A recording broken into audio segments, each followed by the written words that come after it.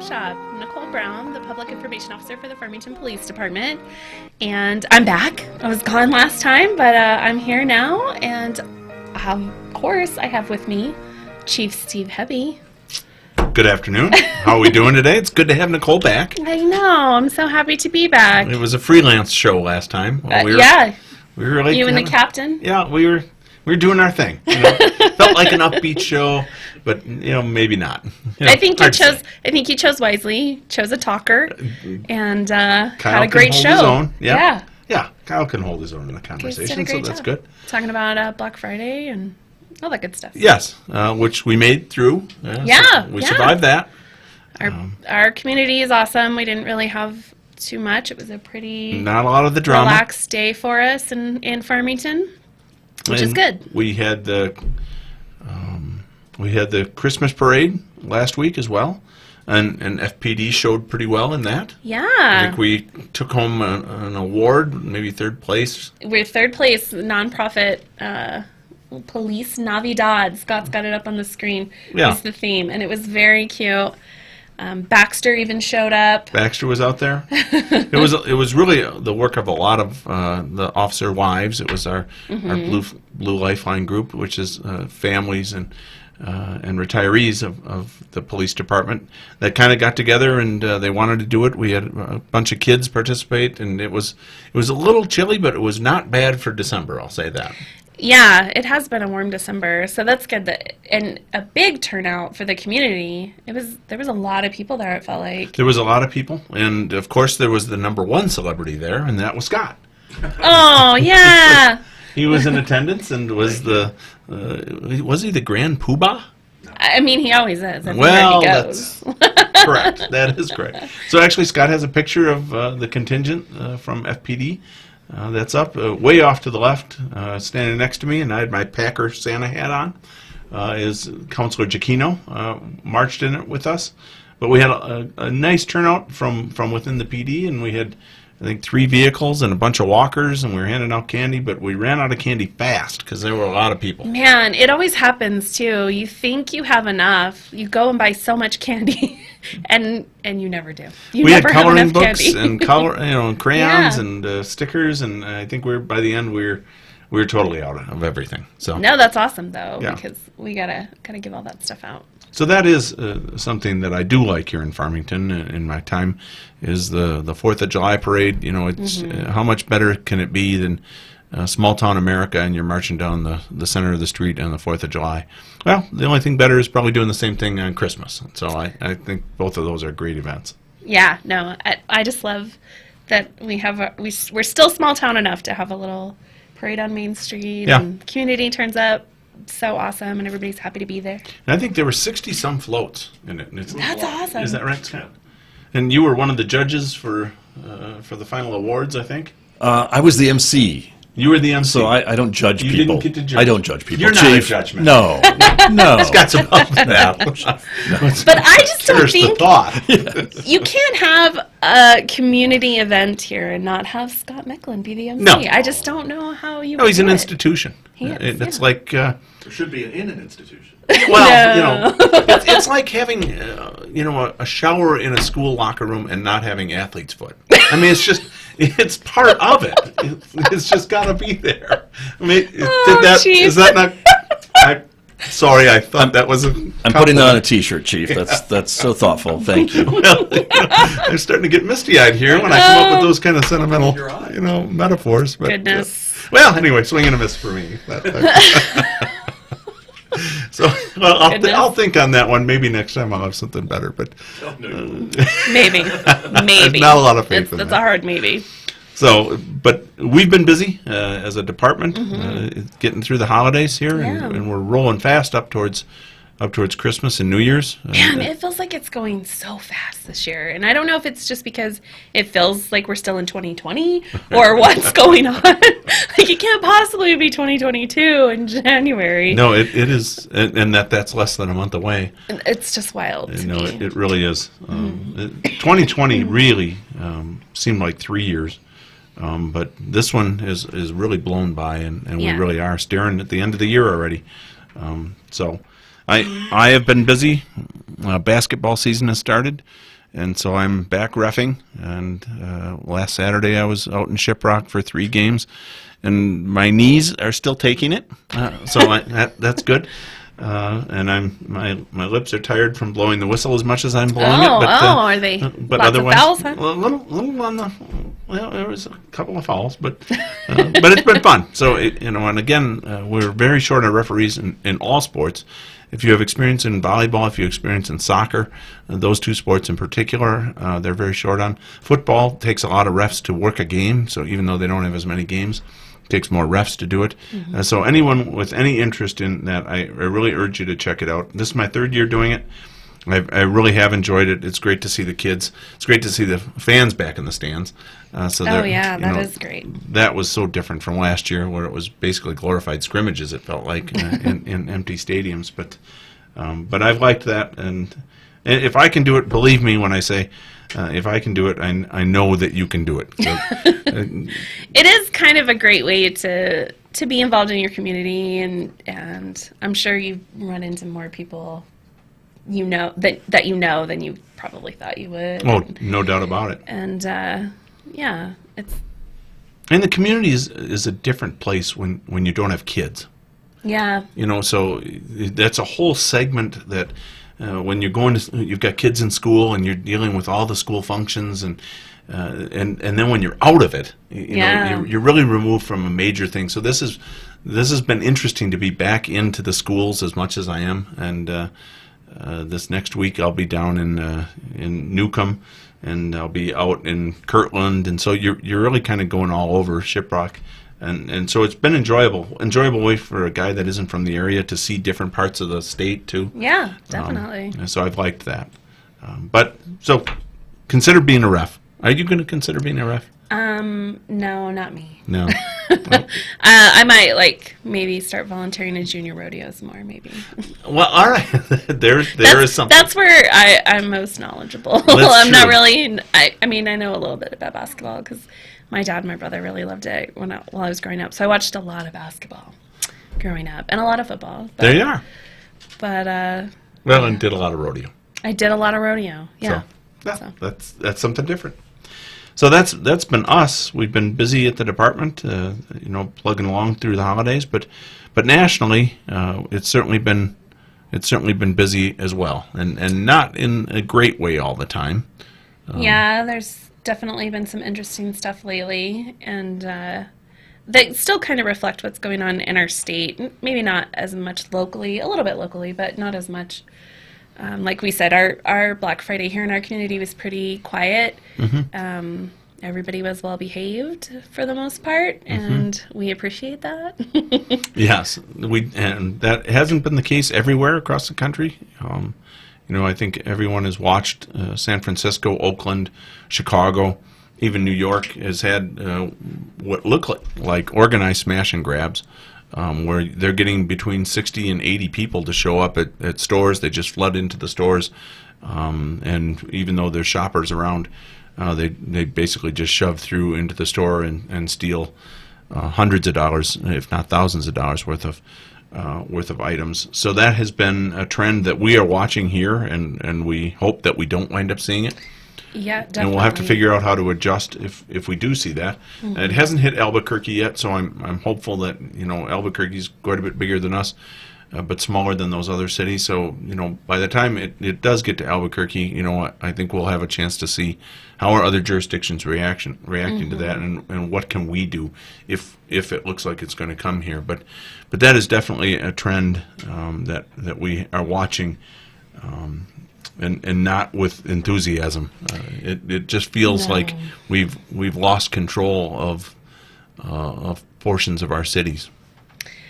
Yeah, and it's scary and interesting, just from an objective point of view to watch it all and see what the departments are doing. I feel like with our real-time crime center, we do have some capabilities, hopefully, to be able to at least identify people through the video and stuff like that. So hopefully that's not something that'll ever come to our community. But if If so, it is, you're right. I mean, I think although most of these folks are in masks and the Walmarts and like that have security footage, they oftentimes don't have the greatest security footage outdoors, and so I think we will be able to get license plates and things like that. We'll certainly be doing our best to test our new system if it comes to that. But but I'm hopeful that it doesn't. It does all point to, though, the debate that you're starting to see in other jurisdictions. You're even hearing here a little bit from our governor, and that's the criminal justice reform efforts that were so hot over the last couple of years that really began to focus more on cash bail. And we got rid of cash bail. We've talked about that. It was derogatorily referred to as catch and release. I don't think that that's a fair summation of it. What is fair is the goal was that we would not have a criminal justice system that was based on class. That just because you're poor, you're not going to stay in jail for a crime that somebody with money gets to get out for. And I actually support that. The truth is, though, that it's often the devil in the details. And so Yes. while I support that goal, and that's a good concept, I probably then diverge, and I would keep more people in jail, frankly. If they've got a record, and there's a lot of recidivism in their history, and certainly if there's anything violent, I would be for keeping them in jail longer. And don't set the cash bail and let the rich guy get out and let the poor guy stay in. We make more sober decisions about who is dangerous to the public and who we've just arrested. And I think you saw it really in Waukesha, which is near where I was raised, in Wisconsin, where the guy was out on bail, a very low bail, for driving over his ex-girlfriend with a car, and then he takes his car and he runs over a Christmas parade, kills 6 kids, wounds another 40. I think people are, and really in my 31 years, there's a pendulum that swings back and forth on the issue of too much police or too much incarceration, not enough police, not enough incarceration. I think we're starting to swing back a little bit. The discussion is really there over serious incidents like that in Waukesha of, hey, what are we doing and should we be doing this? Yeah, and I agree with you that we don't want it to be about class, and that you pay to be released, and so someone with money can get released and someone who maybe doesn't have the cash can't. And so I agree with you that getting away from that is important, but looking at the crime, and if it's violent, and keeping it should be about the crime and not about the money, I think. Right. And we're keeping violent criminals incarcerated, and we're taking care of our community by because you're right. If he hadn't been out on bail in Wisconsin, then there'd be 6 kids alive. Yeah. And I know race has been a major factor over the last few years, but seriously, my experience in policing is it's far more class oriented, which really isn't a shock, because we're a capitalist society. Class matters. But it doesn't matter to me if I get run over by a drunk driver who's poor or a drunk driver who's rich. If he has a history of being a drunk driver, I'd prefer that I not get run over. I'd prefer we keep him in jail, regardless of whether he has money or not. And so that kind of goes to the class. And so I really do understand the trend away from cash bail that feels like it's targeting poor people, and I don't like that. What I want is a criminal justice system that is only targeting people who present dangers to the community. Yeah. But I'm afraid right now where we've kind of gone is we've kind of taken the gloves off, and folks are just out and about. And I think that then lends itself to some of these smash and grabs where there's a feeling that there isn't accountability. There aren't consequences. And really, in a world without consequences, well, what would you do? And I think we're seeing it in some of the cities where they don't feel like there's consequences, and they would do a lot. It's interesting to see. I'm thankful that we live in a community that people are taking care of each other, and we're not seeing those things, those trends. I'm real grateful for that, I will say that. Yes. I think, but we are seeing them in New Mexico to an extent, and so you do hear that from the governor. Now next year's an election year, and so I think she is talking about some of the trends and bail reform and doing something about that is one of the themes that she's already striking. Another one is she wants to hire 1,000 more police officers here in New Mexico. I don't really have the details on those plans. My guess is it would be somewhat what the feds have done with the cops grants, but this would be at a state level, so that it would provide money from the state to assist police departments across the state, especially smaller ones that are struggling to find cops, in beefing up their force. And if that's the plan, as a chief, I think there's real merit in that. I think what we're battling is I'm struggling to recruit to the numbers that we have right now. Yes. And so just saying that we're going to get 1,000 more cops, okay, where's that coming from? Because I can't even fill the positions I have right now. So there's step one but that's kind of that pendulum that I'm talking about. And I think that it has started to swing, where people realize, okay, in a utopic world, we would not need police officers to respond to all these things. But right now, it's not utopia. We really do need police officers, and they are valuable. And so that will assist me in recruiting as a chief. And so when we can start getting that mantra back that actually being a police officer is what it's always been, which is a noble and respectable profession that safeguards our community, well, then you have some hope of filling those 1,000 slots that she wants in addition to what we have. Yeah, and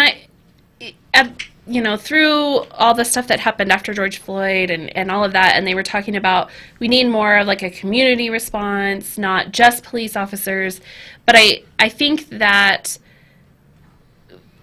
better funding your police departments so that they get more training, more officers.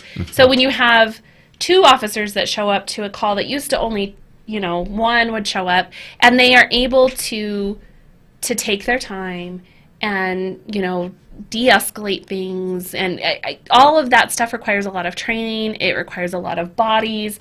It requires a lot of funding, and I think that we kind of, that whole defund the police type of thing really pulled away from that. But I think that if we are going to invest in our community, the police department was already handling things that they maybe didn't want to handle, that, we're getting involved in, homelessness stuff and mental wellness stuff, which the county's done a great job. They set up the Mental Wellness Resource Center.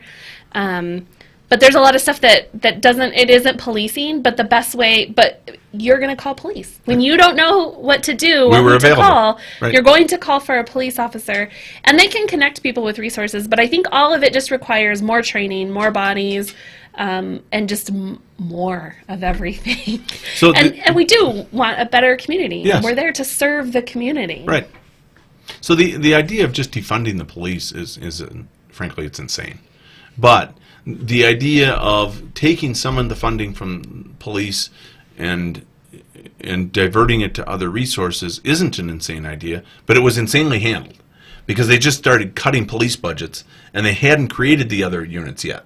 So there was now a vacuum where, okay, the police used to respond to this, and frankly, they continued to respond to those things because there hadn't been anything else set up yet. So it isn't a bad idea. As a police chief, I know that we are sending officers who are armed off to deal with things that are really social issues, and we're drawing the police into them, and hey, that is not what I would prefer. But it has happened over the 31 years that I've been a police officer. We are available. You dial 911 and you get a cop almost all the time, no matter what the problem. And so we, as a society, we became reliant on that kind of convenience. But it's like bringing a hammer to every problem. Yeah, and definitely. Sometimes I need a screwdriver, and sometimes I need a sliding ruler, nope, I'm getting a hammer. And so sometimes we were using the hammer to try and be a screwdriver and to try and be a sliding rule. So I am in favor of a diverse response from our communities, and frankly, the lack of funding towards mental health has been critical to really the demise of police in some ways, because we continued to get into confrontations with people who at their core were not criminals. They just had mental health problems. and we're sending officers off to deal with them. Well, by the time it was over, then it really was a problem. It was either a crisis where they attacked the police officer, or something else went wrong that didn't need to happen. And so I am pleased, and you're right, the county's done a very good job on funding mental health better. Yes. Now our county, the gap analysis that they did, and then standing up the resource center, I thought was great. And we're working with them. The police departments, Right. you know, there's a deputy that has an office at the resource center, and our officers work closely with them. And I think that that's an important point, is the police department is 100% willing to work with those kind of community resources and eventually divert funds to them. Right. So as they grow, but you have to build them first. Right. You can't just take the money and then just throw it in someone's lap and say, okay, you're in charge of this now. Yeah, and good luck. Now you've got to Yeah. hire the counselors, you've got to develop the protocols, you've got to figure out what you're doing.